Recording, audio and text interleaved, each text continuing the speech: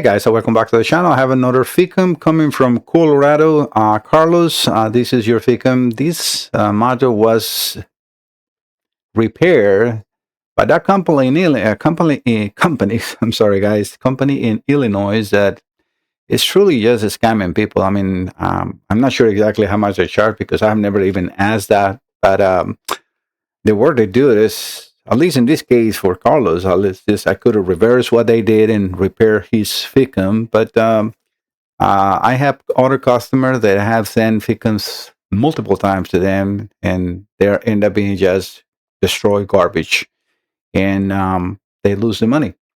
So stay away from SIA in Illinois. Is definitely not a good company, and I don't know why, because they have very good reputation as far as reviews. So this is where you can understand that sometimes I mean, there has got to be a way for these companies that, either they buy reviews or they just sell so many that they get good reviews because they might correct some. You know what I mean? And that's all I can think of.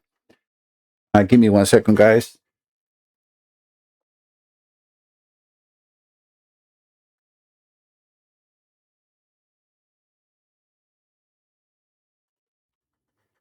I'm waiting on the postman to pick up a box, and I thought it was him, but no, it's not. All right, so yeah, what I was saying, it's like it's sad what they can do, and that's why companies out there's not many really repair facilities. There's a lot of scammers, a lot of beginners that they all they do is just replace one component, and they send you a model and see if that works, and whatever they can find burned, because they don't really do a test. And this is the big difference on my company. I do reproduce your concern, repair your module, and then show it to you. Sure. Then show it to you working, and that's what I'm going to do with Carlos's FICM in here. I didn't run it before because of what I opened it and saw, and this is when as soon as I saw that ticket, I'm like, okay, let me see if this is even going to be repairable. But let me take you over to Carlos's folder. And this is just everything connected in here. That is Carlos's FICM, original, real injectors. That is my computer. And I have the body control module with the key in there so I can run the test. Because everything of what I just described has to be connected in order to run the computer and the injectors. All right, so this is the module. Before I even touching it, you can see it has a warranty void if steel is broken. And you can see the sticker in there. And then Carlos's concern, 6 volts on output for the injectors. They have to be at least 50 volts. And never got it. I'm like, okay, let me see what we have. I took a closer picture so I can get all those numbers and everything. I always want to make sure that everything is proper. I always take also a picture of the connector because I want to make sure there is no bent pins, because I have one customer that's in a module with a bent pin, and then later they were trying to blame me, and I'm like, no, look at the pictures. This was bent before. Because I'm very careful. No matter what, I have the connectors, the original connectors, as you see in my bench. All right, so this is what I saw as soon as I opened this computer. First of all, they only replaced 2 capacitors, and they didn't even use the correct capacitors. Yes, you're seeing me. As you see, there's using 2 black capacitors and put like a hot glue to hold it down. They didn't replace absolutely nothing else. So I'm not sure how much they charge, but for something like that, if they charge $5, it's too much. And they sandblast your module to make it look like it's brand new, and I don't do that. I clean your module. Yes, I do clean everything, and I apply conformal coating internal on the board to make it last longer. I replace all the components with factory quality or as good as factory quality when I cannot get the original ones, but nothing like this. I mean, look at all the sand from whatever sandblasting they do. It's like you can see that they, don't care about your module. And the problem is all that material is conductive. And you can see this is in here where that 777 sticker shows that is the main capacitor. The main microprocessor. And if I zoom in, you can see pellets of that whatever sandblast material they did in between the pins on the microprocessor. That is going to short it out and it's going to take the computer down. Why? Because there's not supposed to be anything in there. And you can see that they didn't replace absolutely nothing else. I go forward and I take a picture of the back to make sure there's not a major damage in there. I document everything. You can see sand everywhere. They didn't put any thermal paste around in this perimeter, both sides, those green areas on each side. They should have thermal paste to conduct the temperature from the module over to the body of the same module, which is an aluminum casing, and that will dissipate the heat, right? So if that is not there, it might do it, but not in the best way, and that can, again, damage your module. This is after the repairs. You can see now the module is completely clean, and this is after I applied 8 coats of conformal coating.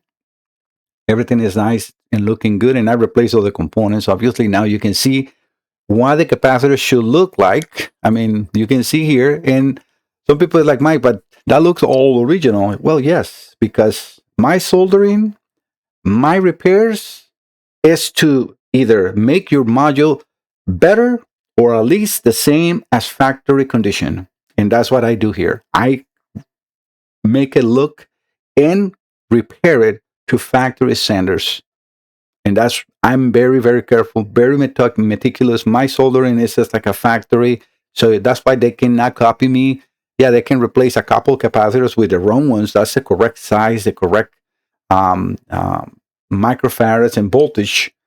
Nothing like what they put in there. You can see it. I don't have to really say it. Now that you can see how after a repair should a module look like. And this is going nice and clean. And I add that conformal coating to protect this against any moisture and any of those capacitors leaking in the future. At least now the board has that 7 coats that will not let that acid immediately damage your module. Hopefully that I can elongate this repair for as much as possible, right? That's what I'm looking for always to do. All right, so let's go over to the test.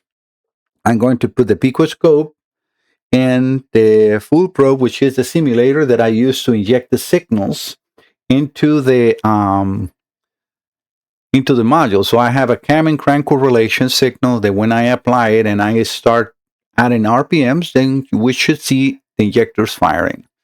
I have 8 injectors connected. If one or more than 2 injectors fail, it will shut off one bank of injectors, and if it's more than one other injector in the other bank, it shuts the vehicle completely.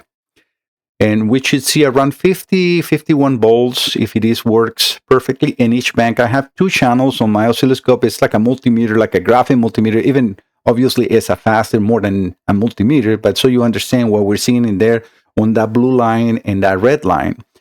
I have, again, one connected to bank 2, and then the blue channel connected to band 1. And that's what we will be seeing here. So let's add the RPMs. If you want to see more about connections and etc. on these, I have plenty of videos on the FICMs that you can watch, and I have spent more time than what I'm trying to spend lately because it's a very repetitive repair for me. So all my goal is in here to show you that I can do the repair the proper way. And why is the difference on what I charge compared to all that junk? Because I do the repairs and I do the proper test, and I show you your FICM working 100%. And I have only 5-star reviews, especially FICMs. I have not one fail ever. And this is why, because I do the proper repair.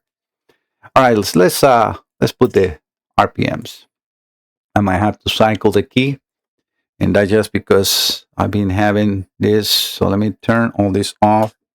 I'm going to turn my breakout box in here off, and I'm going to turn the computer on first, and then this, and now we can inject the RPMs. And we can see both channels firing. We have, you see, 53.4, 51.99, and it's going to change, especially after that end of that window. You saw how the voltage changed, and now one is higher than the other one. Well, it all depends on what the computer wants to do here. We are definitely now looking at very nice and a steady voltage. not 5 volts or 6 volts that Carlos was having before. Obviously, with that kind of junk of repair that they did, I was not expecting anything else. But now, as how is this module? It's 100% repair. So this is what I will do now as a step. Put it back in the case because this module is meant to be running in a case. Let me pause that test 1 second, guys, because I don't want to overheat the module.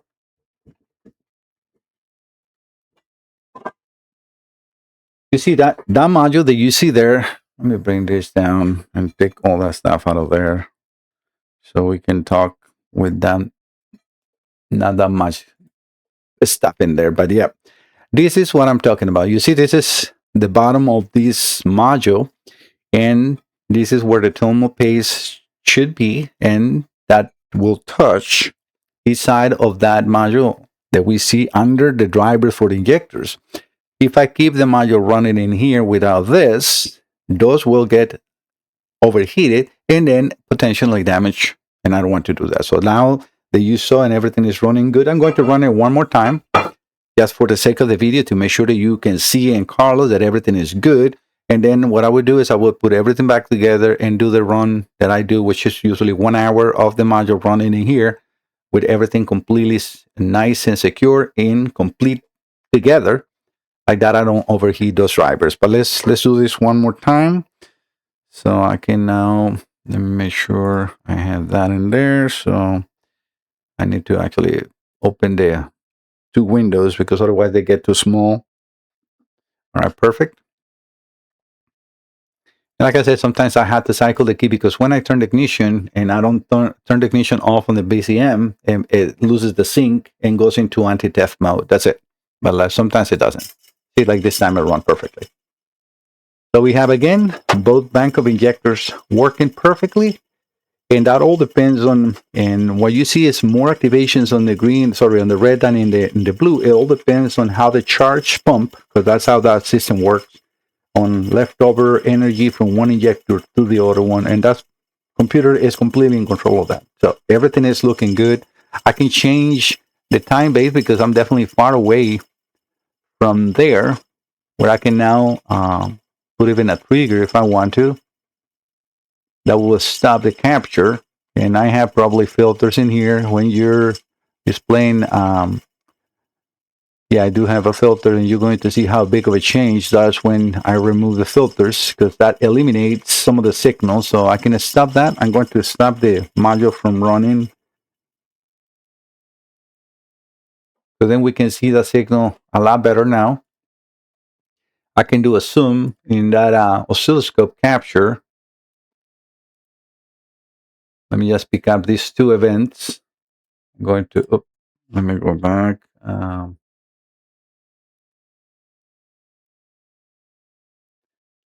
Let me do a zoom again in here.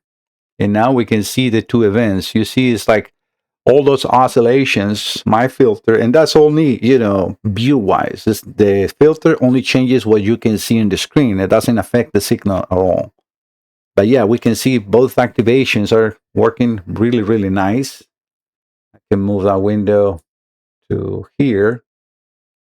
And we can see the other activation, and both injectors are pretty much an image of each other. Voltages wise, you see right now that I'm zooming in closer. The readings on my oscilloscope are more accurate. Why? Because now I'm in a less of a big capture. I was actually doing 1 second per division, so it was like a 10 seconds per screen. Right now it's 100 milliseconds per division, so it's 1 second per screen. Now the resolution and the capture of the oscilloscope is more capable, so we have more detail, and that's why we have now 50.9 volts and 51.81. Again, pretty much perfect, and that's what I was actually expecting to see. All right, guys, thank you so much for visiting the channel. I'm going to just, like I said, put everything back together and run this for another hour. But Carlos, your FICM is good to go. All right, I'll see you in the next one. Don't forget to subscribe. Bye bye.